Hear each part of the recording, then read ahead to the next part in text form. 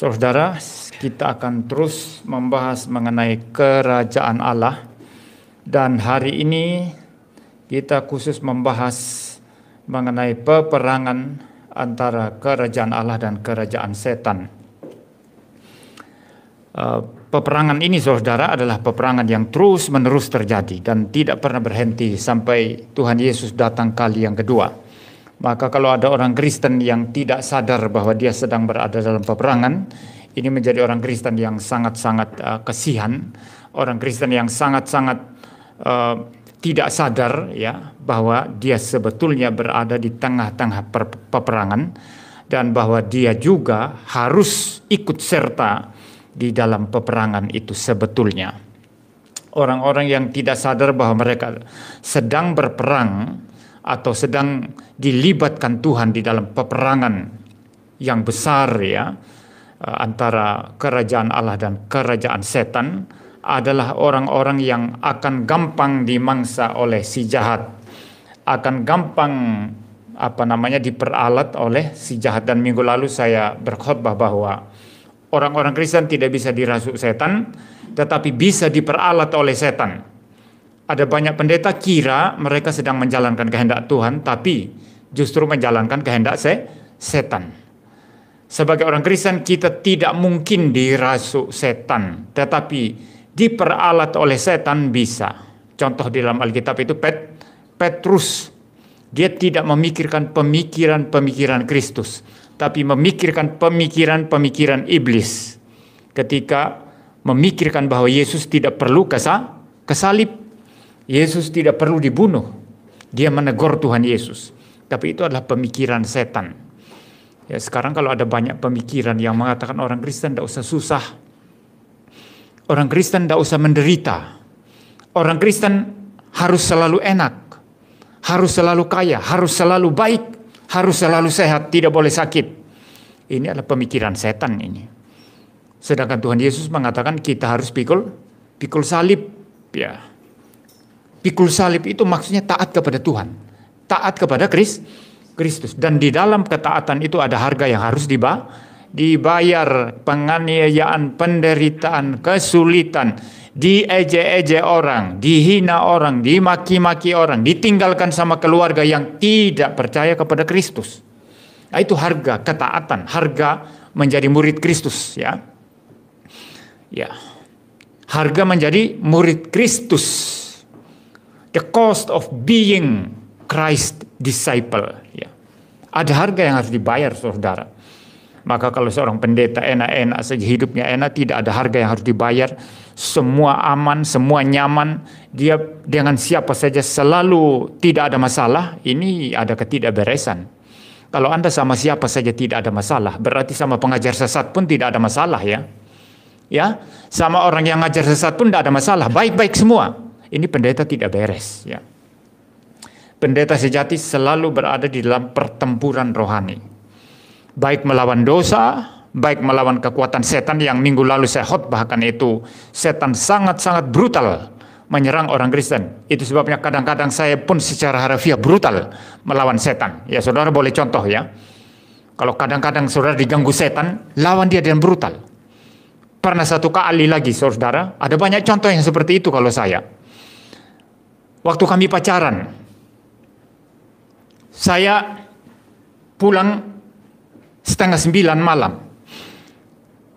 Di dekat rumah tetangga, masih tetangga ya, rumah calon mertua saya waktu itu, sekarang sudah jadi mertua. Itu ada orang gantung diri di kamar mandi. Seorang ibu-ibu atau wanita muda gantung diri di kamar mandi. Itu situasinya seperti itu. Lalu saya pulang jam 8:30 malam dari tempat calon mertua saya itu harus melewati hutan-hutan ladang yang ya lumayan panjang, saudara. Itu kan desa. Saya pulang sampai di tengah jalan yang ada hutan-hutannya itu, yaitu jalan yang ke Wangkal itu. Bulu kuduk saya berdiri. Saya jalankan sepeda motor pelan-pelan, tidak apa-apa. Tapi lama-lama tambah seperti ada yang pegang dari belakang. Saudara pernah gitu enggak? Ada orang yang seperti mau pegang dari belakang. Lama-lama saya jengkel. Ya, saya hentikan motor. Saya hentikan motor itu tahun berapa ya? Sudah lama sekali itu saudara ya. Sudah tahun berapaan itu ya. Zaman-zaman masih pacaran itu ya. Saya bilang, setan, saya diam-diam kau mau ganggu saya. Sekarang saya diam di sini. Motor saya hentikan. Ayo sekarang. Tunjukkan dirimu sekarang. Saya tunggu berapa lama di situ, saudara. Gelap itu hutan di situ. Setelah itu nggak ada apa-apa ya, saya jalan. Nah, setelah jalan baru tidak ada gangguan. Nah, kadang-kadang brutal seperti itu ya. Itu saya katakan minggu lalu. Minggu lalu juga ada ilustrasi ya, saudara. Jadi saudara, kita berada dalam peperangan. Setan itu sangat brutal menyerang kita. Dan ini peperangan yang tidak akan berakhir sampai Tuhan Yesus datang kali yang kedua. Sebelum Tuhan Yesus datang kali yang kedua, peperangan ini akan tetap terus berjalan dan tidak akan pernah berhenti. Maka menjadi orang Kristen, kita tidak ada waktu untuk leyeh-leyeh ya, untuk ongkang-ongkang ya, santai-santai. Tidak ada. Kita terus terlibat atau dilibatkan oleh Tuhan dalam peperangan ini dan kita harus berperang. Nah, peperangan ini saudara adalah peperangan rohani. Hari ini kita bahas tentang perang Harmagedon yang banyak orang itu secara ngawur tafsirkan sebagai perang harafiah ya. Tapi yang Alkitab maksudkan dengan peperangan itu adalah peperangan rohani. Tadi sudah dibacakan di dalam Efesus pasal 16 saudara. Khusus di ayat yang ke-12 dikatakan di sana ya. Ayat yang ke-12, sebentar saya bacakan. Ya. Karena perjuangan kita bukanlah melawan darah dan daging, tetapi melawan pemerintah-pemerintah, melawan penguasa-penguasa, melawan penghulu-penghulu dunia yang gelap ini, melawan roh jahat di udara. Jadi bukan peperangan fisik, saudara. Kalau ada orang bakar gereja, mari kita angkat pedang, kita balas bakar mereka. Kalau mereka bakar tempat ibadah kita bakar juga tempat ibadah mereka. Bukan peperangan semacam ini yang dimaksudkan Alkitab. Justru kalau saudara mau terlibat dalam peperangan jasmania semacam itu, ada orang aniaya kamu juga balas aniaya, justru saudara-saudara menjalankan pekerjaan setan, bukan pekerjaan Tuhan itu. Kalau ada orang melihat sesamanya manusia dan penuh kebencian, lalu mengatakan ini kafir ini, saya mau bunuh dia adalah kafir. Itu pekerjaan setan saudara. Itu sebabnya dalam Yohanes pasal 8 Tuhan Yesus berkata, ya, kenapa kamu mau membunuh aku? Katanya kepada orang-orang Yahudi yang benci kepada Yesus, yang berdebat dan mau membunuh Yesus. Ya, kamu mau membunuh aku karena kamu mengikuti kehendak bapamu. Bapamu adalah iblis. Dia adalah pembunuh manusia sejak semula.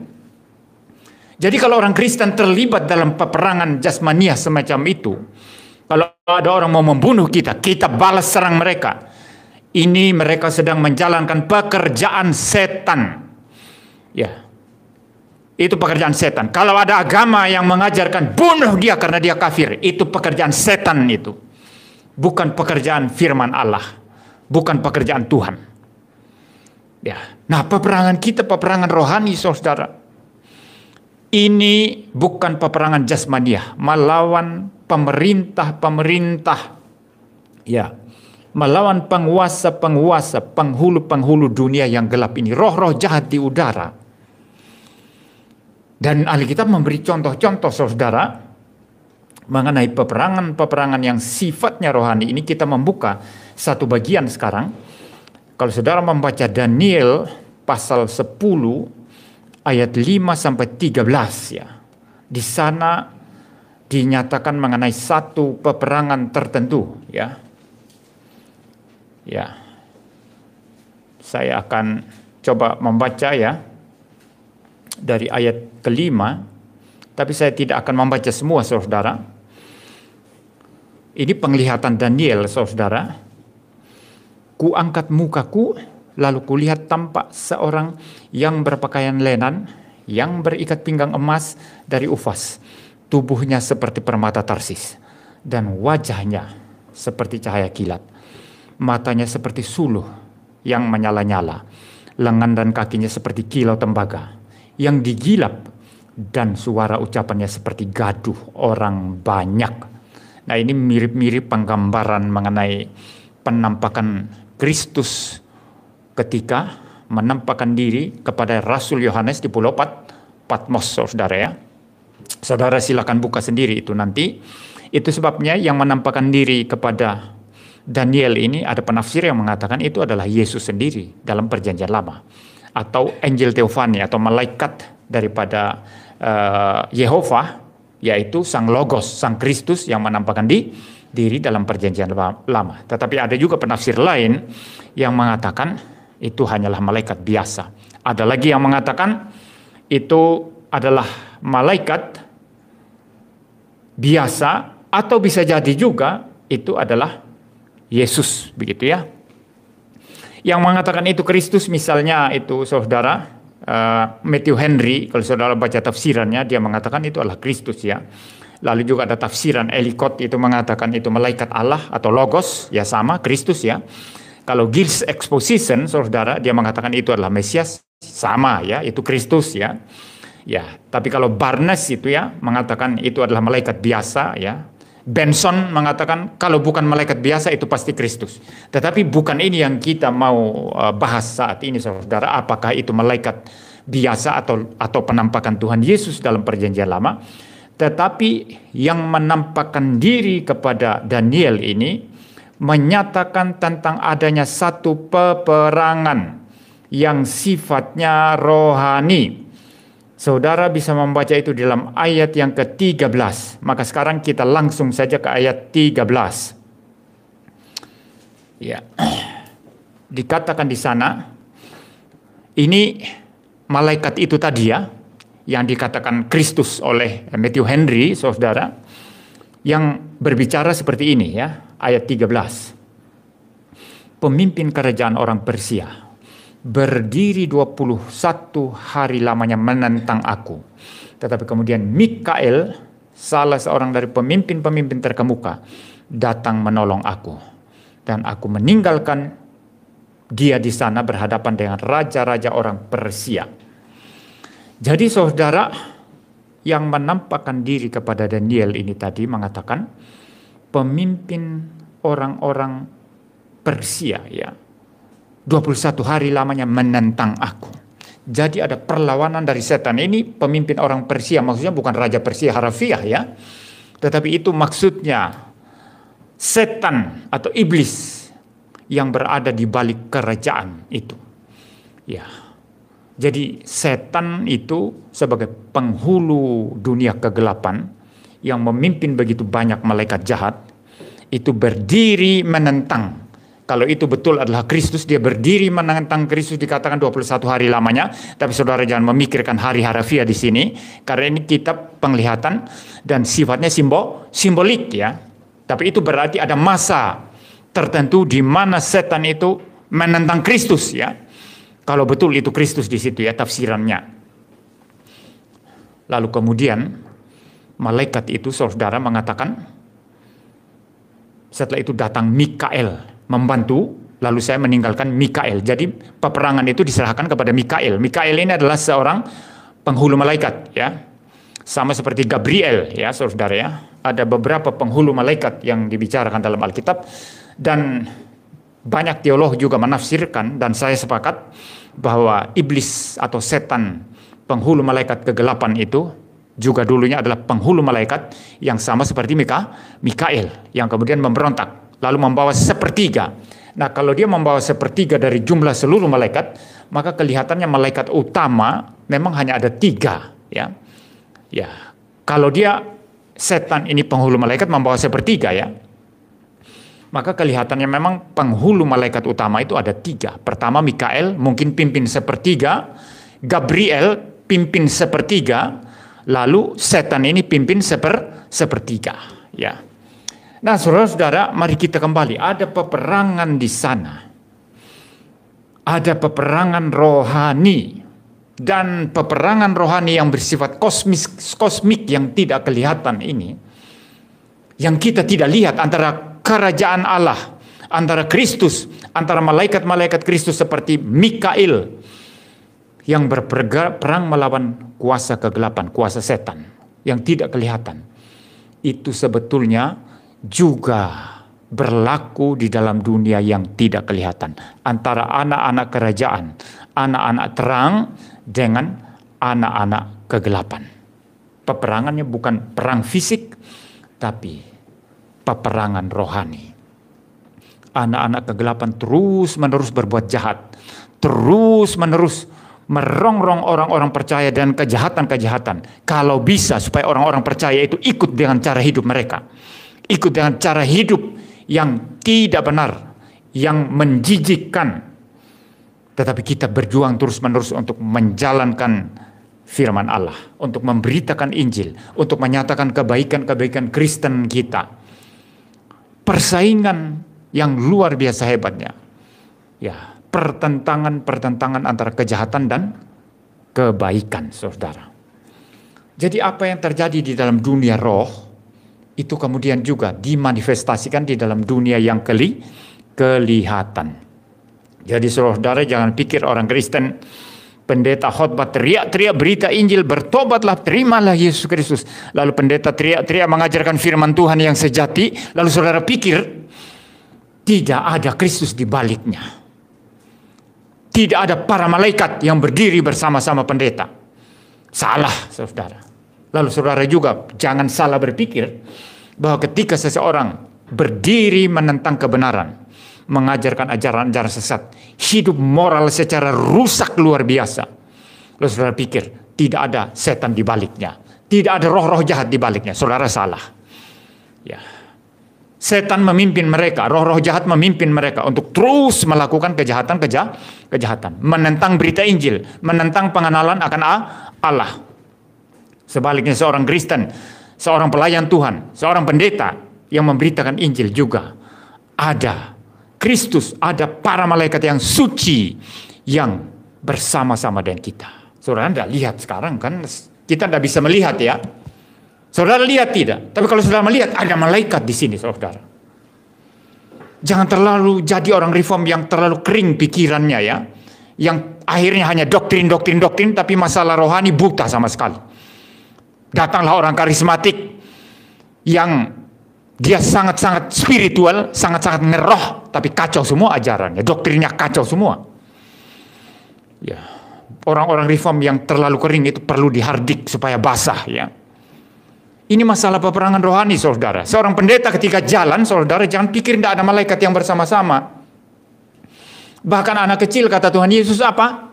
Ada malaikat mereka yang berjaga-jaga, betul ya? Saudara baca itu dalam kitab Injil. Ada malaikat mereka yang berjaga-jaga.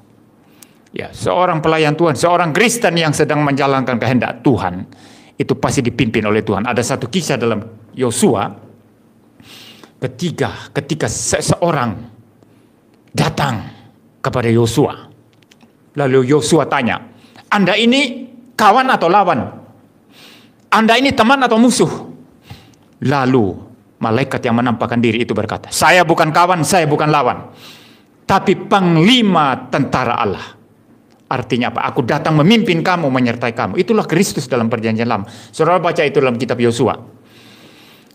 Itu Kristus dalam perjanjian lama. Dia datang untuk memimpin hamba-hambanya, memimpin Yosua, memimpin nabi-nabi, memimpin Musa, memimpin Elia, memimpin Elisa, memimpin Yesaya, Yeremia, Daniel, juga memimpin para rasul perjanjian baru, memimpin bapak-bapak gereja, memimpin pendeta-pendeta, pastor-pastor, uskup-uskup yang sungguh-sungguh menjalankan kehendak Tuhan.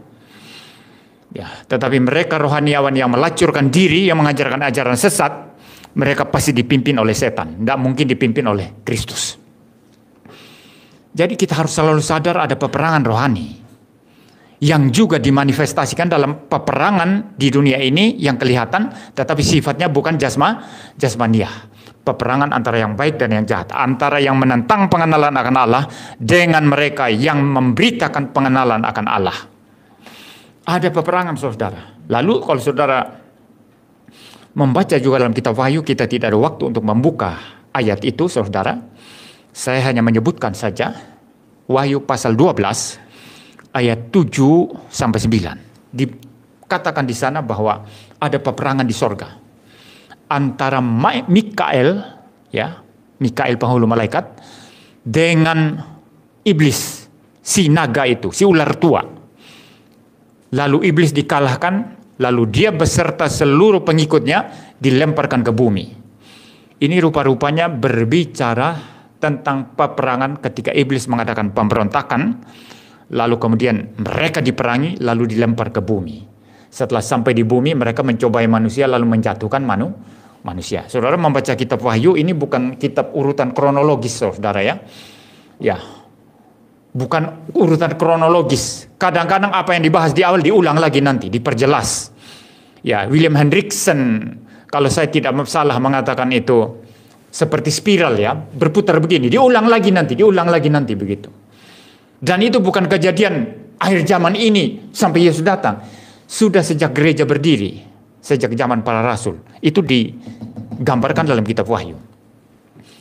Bahkan kitab Wahyu kan dimulai dengan surat-surat kepada gereja-gereja, kan? Ya, pesan-pesan Tuhan Yesus kepada gereja-gereja, kan? Ya, jadi itu bicara tentang dispensasi. Ini saya tidak bicara teologi dispensasional, ya, tapi era atau pembabakan sejak Yesus lahir sampai Yesus datang kembali. Itu yang dibicarakan kitab Wahyu. Jangan otak kita, oh akhir zaman begini-begini, lalu disimpulkan semua secara kronologis, lalu ditafsiran harafiah lagi. Ini kacau semua, saudara. Ya, ini kacau, ya. Jadi dalam Wahyu 12 ayat 7 sampai 9, rupa-rupanya itu berbicara tentang pemberontakan setan, lalu diperangi oleh penghulu malaikat dan malaikat-malaikat yang baik yang dipimpin Mikael, lalu kemudian itu setan dilempar ke bumi. Dia tidak boleh lagi ada di sorga, tidak boleh melayani Tuhan lagi, tidak boleh lagi melihat kemuliaan Tuhan, karena dia sudah jatuh, sudah berdosa. Jadi peperangan rohani, saudara, jangan memikirkan peperangan jasmania. Nah, berdasarkan prinsip ini, kita harus memahami perang Harmagedon itu apa. Saudara bisa lihat di YouTube sekarang, apalagi tafsiran karismatik yang kacau-kacau itu mengenai perang Harmagedon. Bahkan ada yang ekstrim mengatakan perang Rusia dan Ukraina saat ini itulah awal mula perang Harmagedon. Lalu perang Israel dengan Hamas Palestina itu adalah permulaan. Nanti Amerika, Inggris, Eropa, negara-negara barat bersatu dengan Israel sebagai pasukan Tuhan melawan orang-orang Cina, Rusia bersatu, Korea Utara bersatu, ditambah dengan dunia Arab, Islam bersatu, lalu itulah perang Harmagedon. Ini kacau sekali, saudara. Jadi nanti dikatakan Cina, Korea Utara, Rusia, ya, Putin itu, Kim Jong Un, ya, itu siapa kalau Cina itu bersatu bersama raja-raja Arab, ya, dunia Islam bersatu semua melawan Israel, Amerika, Inggris, Swedia, Prancis, Italia, yang Israel dan negara-negara barat, Amerika, Inggris dan lain sebagainya, itulah pasukan Tuhan. Yang lain pasukan sebelah sana begitu. Saya tidak mau ini, saudara, karena itu tafsiran ngawur, ya, saudara, ya. Ini tafsiran kacau sekali. Ya. Terjadilah perang Harmagedon katanya. Ya, ini orang kalau tidak membaca Alkitab dengan teliti ya susah, ya. Kalau belajar Alkitab itu abal-abal ya susah, saudara. Ya, ini tafsiran kacau. Perang Harmagedon yang dikatakan dalam kitab Wahyu, kita buka nanti. Tadi sudah dibaca, ya, dalam pembacaan firman Tuhan. Itu bukan peperangan harafiah, tapi itu peperangan rohani. Nah, ada kisahnya Harmagedon itu. Itu ada akarnya di dalam perjanjian lama. Mari kita buka sekarang. Kalau belajar teologi reform itu sangat indah, saudara. Kita semua Alkitab. Menafsir sesuatu harus dari Alkitab. Saudara membaca Hakim-Hakim 5 ayat 19 sampai 20. Ini saya dasarkan tafsiran ini kepada William Hendriksen, saudara, seorang penafsir atau seorang teolog Perjanjian Baru dari Reform, ya, tradisi Reform. Ini ada bukunya, saudara, sudah diterjemahkan oleh penerbit Momentum, ya. Ini judul bukunya Lebih dari Pemenang, sebuah interpretasi kitab Wahyu, William Hendriksen, More Than Conquerors, an Interpretation of the Book of Revelation. Ini. Dan saudara, kita coba melihat akarnya di dalam Perjanjian Lama. Hakim-Hakim 5 ayat 19 sampai 20. Tapi sebelumnya saya berbicara dulu tentang Hakim-Hakim 4. Saya ceritakan saja di sini secara ringkas. Di dalam Hakim-Hakim 4, kalau saudara baca itu, Israel lagi ditindas. Ditindas oleh siapa? Oleh Yabin, Raja Hasor. Dan panglimanya yang gagah sekali, tinggi besar, namanya Sisera. Ya, mereka menindas Israel, merampok hasil-hasil ladang mereka. Ya, Israel takut bersembunyi. Kalau pasukan Yabin ini yang dipimpin Sisera itu lewat, mereka ketakutan dan bersembunyi.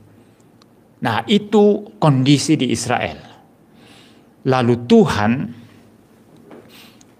membangkitkan seorang Nabiah. Ya, ada Nabiah, ya. Nabiah itu laki-laki atau perempuan? Nabiah laki-laki atau perempuan? Perempuan, ya. Ya, ada Nabiah yang namanya Deborah. Melalui Deborah ini kemudian memanggil Barak. Barak ini seorang laki-laki untuk memimpin peperangan melawan Yabin dan Sisera tadi, panglimanya itu. Tapi kemudian Barak berkata, kalau kau tidak maju Deborah, saya juga nggak akan maju. Kecuali kau ikut maju baru saya maju. Ini konyol juga, seorang laki-laki disuruh memimpin, malah bilang kepada perempuan, kalau kamu tidak ikut maju, saya juga tidak maju. Ini kan kacau, ya. Akhirnya Deborah bilang sama dia, karena engkau bilang begitu, ini saya parafrase aja, ya, saudara baca sendiri dan teliti nanti. Karena engkau bilang begitu, kemuliaan dalam peperangan ini bukan sama kamu. Musuh-musuhmu diserahkan kepada perempuan nanti. Betul. Sisera, panglima daripada Yabin, ya, Raja Hasor itu dibunuh oleh seorang perempuan. Ceritanya begini. Kemudian Israel itu menyerang mereka, lalu membunuh semua tentara Sisera. Kemudian tinggal Sisera sendiri, lari. Dia lari-lari minta perlindungan di satu kemah Yael. Yael ini perempuan, saudara. Ini konyol, ya. Bukan minta perlindungan sama laki-laki, kan kuat laki-laki kan. Minta perlindungan sama perempuan. Nah, apa yang dikatakan Deborah terhadap Barak terbukti di situ. Perempuan yang dapat kemuliaan di sana. Ya, bukan kamu, karena kamu menolak maju sendiri, harus sama saya kan, perempuan. Lalu minta perlindungan. Lalu masuklah dia di situ. Mari tuanku, kata Yael. Yael ini istri daripada Heber, dan Heber ini berteman baik dengan Yabin, Raja Hasor itu. Mari masuk, gitu. Lalu ditutup dia dengan selimut. Itu Sisera ditutup dengan selimut. Lalu Sisera bilang sama Yael, kamu berdiri di depan ya. Kalau ada orang datang cari saya nanti bilang nggak ada. Nah, lalu kemudian saudara, istri Heber yaitu Yael ini bukannya berdiri di depan. Dia terlebih dahulu mengikuti kemauan daripada Sisera yang minta susu. Diambilkan susu 1 gelas penuh. Dia minta air, haus katanya. Tapi diambilkannya susu, lalu minum susu Sisera. Lalu setelah itu diselimuti lagi, tidurlah Sisera. Si Yael ini bukan berdiri berjaga di depan, tapi dia ambil patok, ambil palu, kemudian dia pasang di pelipis Sisera, dipukulnya sampai tembus ke tanah itu. Dari pelipis sampai tembus ke tanah, mati Sisera. Di tangan seorang perempuan. Bagi seorang tentara, mati konyol di tangan seorang perempuan itu adalah penghinaan besar. Saudara paham ya? Dan bagi seorang pahlawan yang berperang, ketika hanya seorang perempuan yang membunuh seorang musuh gagah perkasa, panglima perang seperti Barak juga tidak dipermuliakan. Dia malu seharusnya. Nah, itu adalah akibatnya dia berkata, kalau kau tidak maju Deborah, saya juga tidak maju. Paham ya? Nah, itu apa yang terjadi. Lalu di pasal yang kelima, saudara harus baca Alkitab dengan teliti ya. Jangan saudara dengar saya cerita ini baru seolah-olah belum pernah dengar cerita semacam ini ya. Ya memang kalau diceritakan seperti ini lebih menarik memang daripada baca sendiri ya. Nah, saudara, di pasal yang kelima muncul istilah Megido di sana. Di pasal yang kelima itu, saudara, itu adalah nyanyian daripada Deborah. Ya, nyanyian daripada Deborah ya. Di pasal yang kelima, saya membaca ayat 19 sampai 20 ya. Ya. Raja-raja datang dan berperang. Pada waktu itu raja-raja Kanaan berperang dekat Ta'anak dan mata air di Megido. Perhatikan ada istilah Megido di sana. Tetapi perak sebagai rampasan tidak diperoleh mereka. Dari langit berperang bintang-bintang, daripada darahnya mereka memerangi Sisera. Sungai Kison menghanyutkan musuh. Kison sungai yang terkenal dari dahulu kala itu. Majulah sekuat tenaga, hai jiwaku. Ya, sampai di situ saja saudara ya. Nah, di ayat 19 di sana itu ada istilah Megido. Dari istilah Megido ini nanti muncul istilah Harmagedon. Ya, Megido, Magedon itu ya, itu dari kata Megido. Kalau istilah Har itu artinya bukit. Jadi Harmagedon berarti bukit Megido. Jadi membaca kitab Wahyu ketika muncul istilah perang Harmagedon, Anda mesti kembali pada perjanjian lama. Harmagedon ini apa? Itu Megido. Har artinya bukit.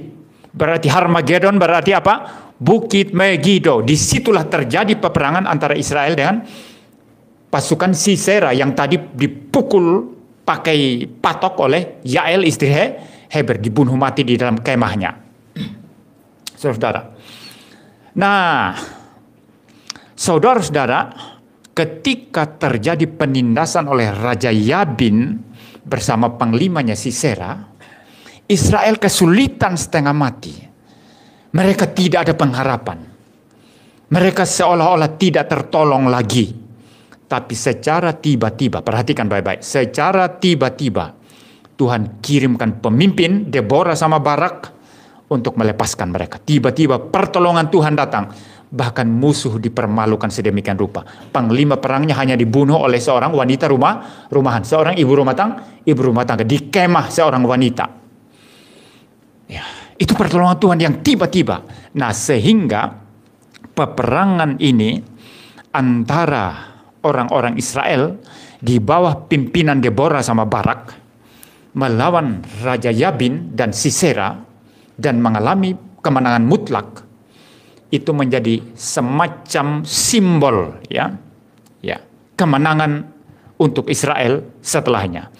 Ya, William Hendriksen mengatakan Harmagedon ini adalah simbol bagi setiap pertempuran di mana orang-orang Israel berada dalam penindasan dan dalam kebutuhan yang sangat. Tuhan tiba-tiba menyatakan kuasanya demi umatnya yang tertindas dan mengalahkan musuh itu. Nah, ini penting sekali untuk memahami spirit atau semangat daripada perang di Megido itu. Mereka tanpa pengharapan, hanya air mata saja. Mereka berharap-harap dari mana datang pertolongan. Tidak ada pertolongan. Tiba-tiba Tuhan datang menolong mereka. Itu spiritnya, itu semangatnya Megido. Peperangan Megido. Dan ini menjadi simbol yang terus-menerus terjadi. Ya, di mana Israel mengalami kemenangan-kemenangan karena Tuhan menolong mereka. Ya. Nah, lalu saudara, berdasarkan apa yang kita baca ini saudara, kita sekarang boleh melihat Wahyu sekarang. Wahyu 16 13 sampai 16 ya. Wahyu 16 ayat 13 sampai 16. Saya akan membaca sekarang. Ayat 13 ya. Dan aku melihat dari mulut naga. Naga ini setan ya. Dan dari mulut binatang dan dari mulut nabi palsu itu keluar 3 roh najis. Saya tidak akan menjelaskan ini karena hari ini fokus kita bukan ini ya. Nanti terlalu banyak waktu ya yang kita pakai. Saya membaca ulang ya. Dan aku melihat dari mulut naga dan dari mulut binatang dan dari mulut nabi palsu itu keluar 3 roh najis yang menyerupai katak. Itulah roh-roh setan yang mengadakan perbuatan-perbuatan ajaib, dan mereka pergi mendapatkan raja-raja di seluruh dunia untuk mengumpulkan mereka guna peperangan pada hari besar, yaitu hari Allah yang Maha Kuasa. Ada istilah peperangan di sana.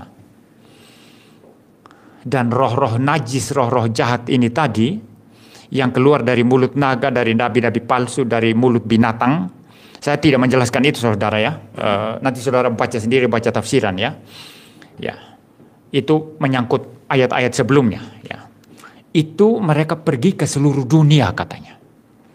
Berarti mereka pergi untuk menyesatkan begitu banyak orang, untuk menipu banyak orang, bahkan juga menimbulkan kesulitan-kesulitan bagi orang-orang yang percaya kepada Tuhan. Dan ada satu misi mereka, yaitu mengumpulkan raja-raja dunia yang durhaka, yang memberontak kepada Tuhan, yang tidak mempunyai pengenalan akan Allah. Untuk apa dikumpulkan? Untuk melawan Tuhan. Dan di sini dikatakan untuk peperangan pada hari besar, yaitu hari Allah yang Maha Kuasa. Nah, kalau hari Allah yang Maha Kuasa ini saya jelaskan karena relevan. Itu maksudnya hari-hari terakhir. Hari terakhir ketika Yesus datang. Hari Allah yang Maha Kuasa, hari Tuhan. Hari di mana Kristus datang. Hari di mana musuh itu diekspos semua kejahatan mereka, kebobrokan mereka, dan mereka tidak terima. Kami akan melawan. Dan mereka melakukan perlawanan yang terakhir kali. Dan juga mengalami kegagalan total yang terakhir kali juga, sebelum mereka dibuang ke neraka. Jadi setan ini saudara, bersama seluruh malaikat jahat, tidak akan tidur diam. Mereka sudah gelisah sekarang. Yesus akan datang. Hari besar itu akan datang. Hari Tuhan akan datang.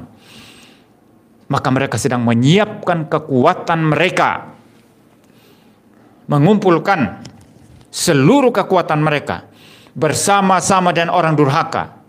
Yang mereka inspirasikan pikiran-pikiran jahat dan durhaka. Bersiap-siap untuk menghadapi kedatangan Tuhan. Hari yang dahsyat itu. Hari yang luar biasa. Kalau orang-orang luar mengatakan itu kiamat. Ya, kiamat itu dalam pengertian bahwa itu dahsyat, itu benar ya. Tapi kalau kiamat dalam pengertian dunia ini akan hancur semua dan selesai, itu bukan pemahaman Kristen ya. Tapi kiamat dalam pengertian bahwa itu dahsyat sekali, itu benar. Dan setan dan seluruh malaikat jahat yang mengikuti dia dan orang-orang durhaka sedang bersiap-siap. Raja-raja dunia sedang dikumpulkan. Nah, apakah ada efeknya kepada orang Kristen apa enggak? Ada. Semakin orang-orang jahat, orang-orang durhaka bersama setan dan roh-roh jahat mengkonsentrasikan kekuatan mereka melawan Tuhan, maka tentu orang-orang percaya akan menjadi korban. Penganiayaan akan meningkat. Pasti itu, kesulitan akan meningkat menjadi pengikut Kristus. Ya, kita ini dibully saudara. Saya minggu lalu bicara tentang bully ya. Setan membuli kita. Maka saya bilang kadang-kadang saya juga perlu bully setan. Sama seperti Elia membuli nabi-nabi Baal, nabi-nabi palsu.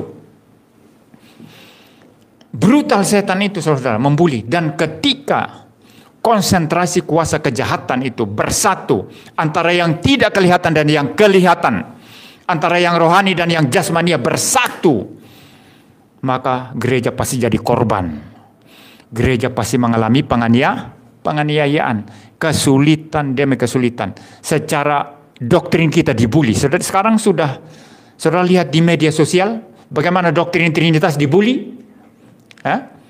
Kristologi dibully. Bukan hanya pembulian datang dari luar, tapi datang dari pihak gereja sendiri. Oleh nabi-nabi palsu yang ada dalam gereja. Yang mengatakan doktrin Trinitas itu adalah sesat. Itu bukan ajaran Alkitab. Itu dari Tertullianus atau yang lainnya katanya. Dan ini dalam pengertian iman. rohani kita sedang teraniaya, belum secara fisik. Ya. Nah, karena adanya peningkatan kesulitan semacam itu, tapi hari Tuhan yang Maha Kuasa, hari yang besar itu, hari Allah yang Maha Kuasa, hari Kristus akan datang. Itu datang secara tiba-tiba, saudara, membebaskan kita. Itulah Megiddo, Harmagedon. Ingat tadi kisah Israel ya, ditindas oleh Yabin dan Sisera, tapi Tuhan tiba-tiba datang menolong mereka. Saudara, menarik sekali di ayat 15, saya baca seterusnya ya. Wahyu 16 ayat 15 sekarang. Lihatlah, aku datang seperti pencuri. Berbahagialah dia yang berjaga-jaga dan yang memperhatikan pakaiannya, supaya ia jangan berjalan dengan telanjang dan jangan kelihatan kemaluannya. Saudara, di ayat 14 kalau saudara memperhatikan di situ bicara tentang roh-roh setan yang mengadakan perbuatan-perbuatan ajaib, dan mereka pergi mendapatkan raja-raja di seluruh dunia untuk mengumpulkan mereka guna peperangan pada hari besar. Artinya mereka, saya katakan tadi, mengkonsentrasikan kekuatan untuk menyambut kedatangan Tuhan dan berperang untuk terakhir kalinya. Dan yang jadi korban dalam konsentrasi kekuatan jahat ini pasti gereja, orang-orang percaya. Kita pasti berteriak, Tuhan tolong kami.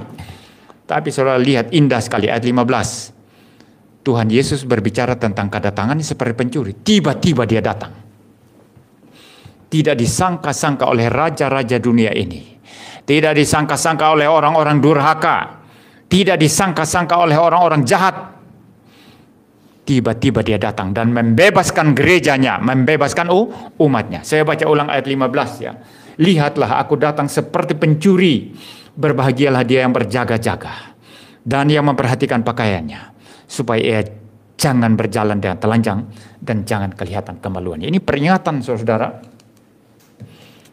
bahwa walaupun gereja itu menderita, sulit karena penindasan, dan di akhir zaman menjelang kedatangan Kristus, penganiayaan itu akan tambah hebat, tambah besar. Tapi orang-orang percaya tetap harus menjaga hidupnya supaya jangan kedapatan ia telanjang dan tidak berpakaian, ya. Supaya jangan dipermalukan. Sebagaimana saya katakan di awal tadi, harus sadar bahwa kita berperang secara rohani. Jangan lengah, jangan santai-santai saja menjadi orang Kristen. Lalu ayat 16 saudara, di situ baru muncul istilah Harmagedon. Lalu ia mengumpulkan mereka di tempat yang dalam bahasa Ibrani disebut Harmagedon. Ini yang mengumpulkan itu roh-roh jahat tadi itu ya.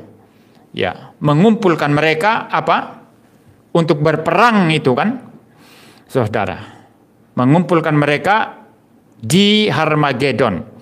Nah, kalau saudara memperhatikan sekali lagi, ini bagian ini berbicara tentang setan tadi ya, tentang mulut binatang, nabi-nabi palsu yang keluar 3 roh najis yang menyerupai katak. Lalu dikatakan itulah roh-roh setan yang pergi ke seluruh dunia, melakukan perbuatan-perbuatan ajaib, menipu orang, termasuk orang Kristen bisa ditipu.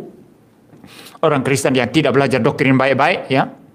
Dan juga pergi mengumpulkan raja-raja untuk berperang menyambut hari kedatangan Tuhan, mau berperang dengan Tuhan.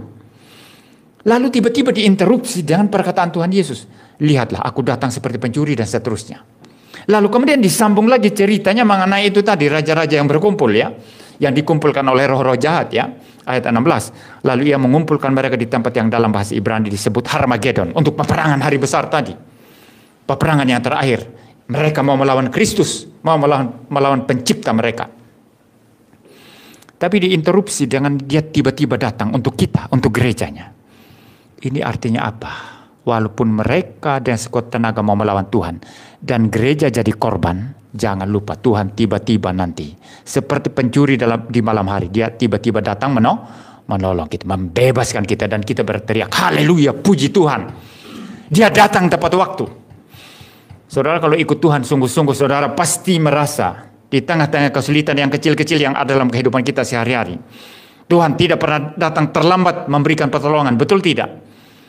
Tidak pernah sampai kita ampun sampai kita sudah setengah mati sama sekali. Kecuali kalau memang Tuhan izinkan itu untuk mendidik kita.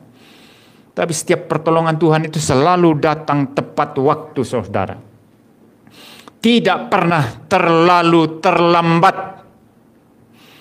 Saya masih ingat saudara, waktu umur 25 tahun saya menyerahkan diri menjadi hamba Tuhan full time. Lalu saya pikir lebih baik saya langsung pelayanan saja. Waktu itu juga sudah lihat-lihat pelayanan model-model karismatik ya. Walaupun saya bukan karismatik waktu itu. Ya, ada orang yang tidak sekolah langsung bisa penginjilan kok begitu ya. Saya sudah mulai nginjil-nginjil orang. Bahkan saya menginjil orang nangis-nangis ampuni, minta pengampunan dari Tuhan, ngaku-ngaku dosanya begitu. Nah, saudara-saudara, ketika umur 25 tahun saya pikir gini. Kalau saya sekolah teologi, itu biasanya kan 5 tahun. Berarti saya selesai umur 30 tahun. Dan selama itu saya tidak menikah. Kalau menikah umur 30 tahun sangat terlambat, sudah tua sekali baru menikah. Sudahlah, tidak usah sekolah teologi. Biar bisa lebih bebas nanti menikah. Itu pikiran saya, saudara. Tapi Tuhan timingnya bukan begitu. Bayangkan, saya masuk sekolah teologi umur 29 tahun. Setelah ikut pelayanan ke sana kemari. Sampai jatuh di GRII Malang. Tapi sudah sempat ke sana kemari. Baru mulai lihat pentingnya harus masuk sekolah teologi. Nah, sekarang lebih terlambat lagi. Kalau masuk umur 29, berarti 5 tahun kemudian, berarti sudah umur 34 tahun baru boleh menikah. 34 tahun, tua sekali itu. Tapi setelah 34 tahun sudah lulus, belum menikah juga. Nangis bergumul dulu. Umur 37 tahun baru boleh menikah. Tapi setelah saya pikir-pikir sekarang, ternyata tidak terlambat juga itu. Biasa saja. Kalau tidak begitu, mungkin sulit sekolah sebetulnya. Betul ya? Ya, lebih berat urus anak-anak. Ya susah.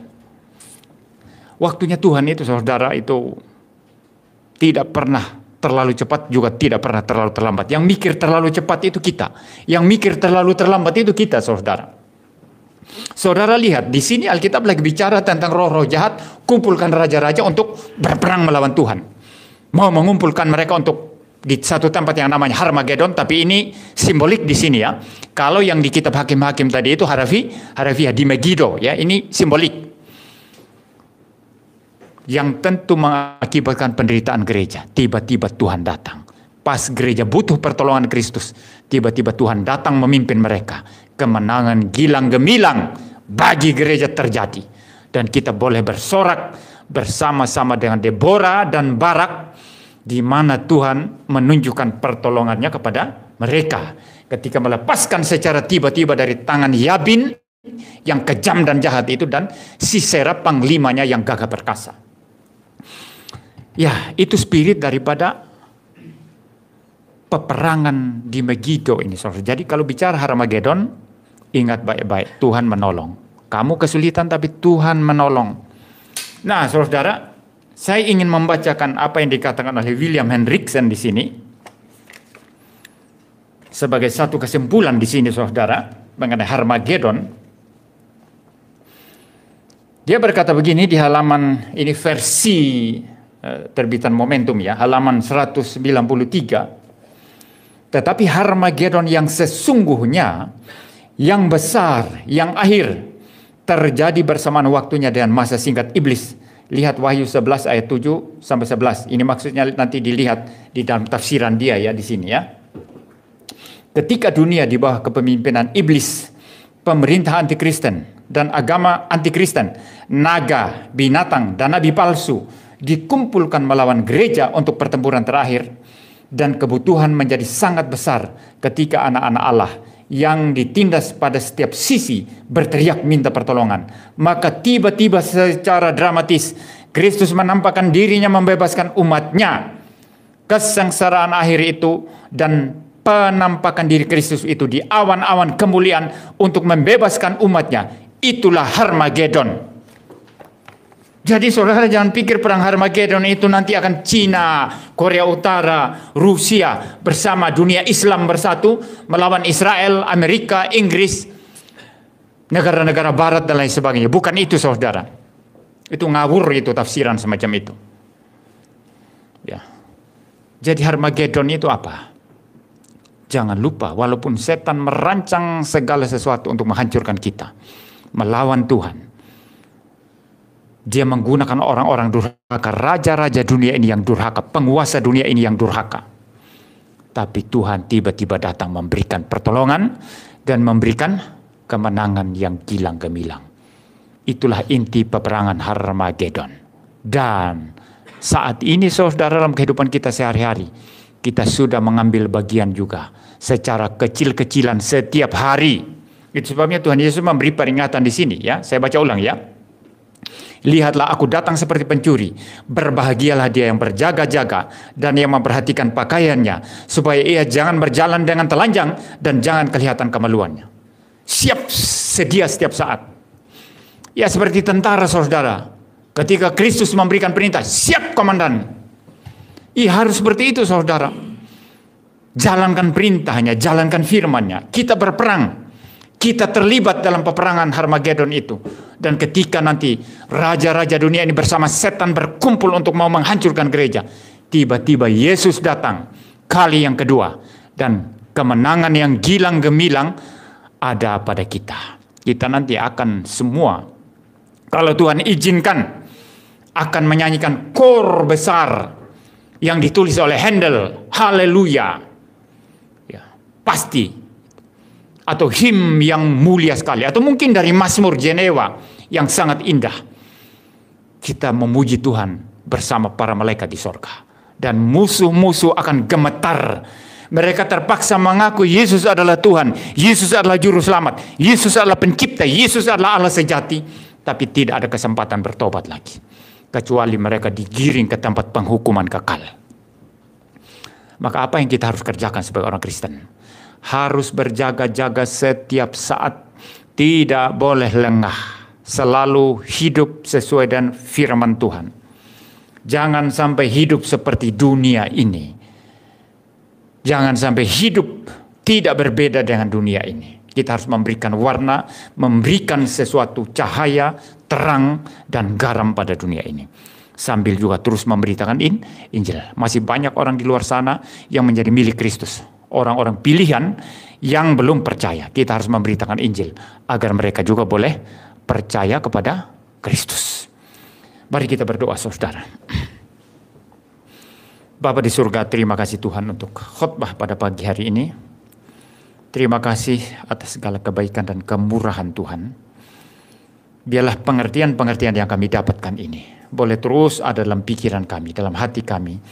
Dan kami boleh semakin setia kepada Tuhan, semakin setia melakukan firman Tuhan, semakin setia menjalankan kehendak Tuhan. Terlibat dalam peperangan ini, peperangan rohani, sambil menunggu kemenangan mutlak ketika Tuhan Yesus datang kali yang kedua nanti. Ketika perang Harmagedon itu terjadi, di mana Kristus tiba-tiba datang dan kami boleh dipermuliakan. Terima kasih Tuhan untuk segala kebaikan dan kemurahan Tuhan yang sudah mengajar kami. Kami bersyukur dan berterima kasih. Dalam nama Tuhan Yesus Kristus kami berdoa. Amin.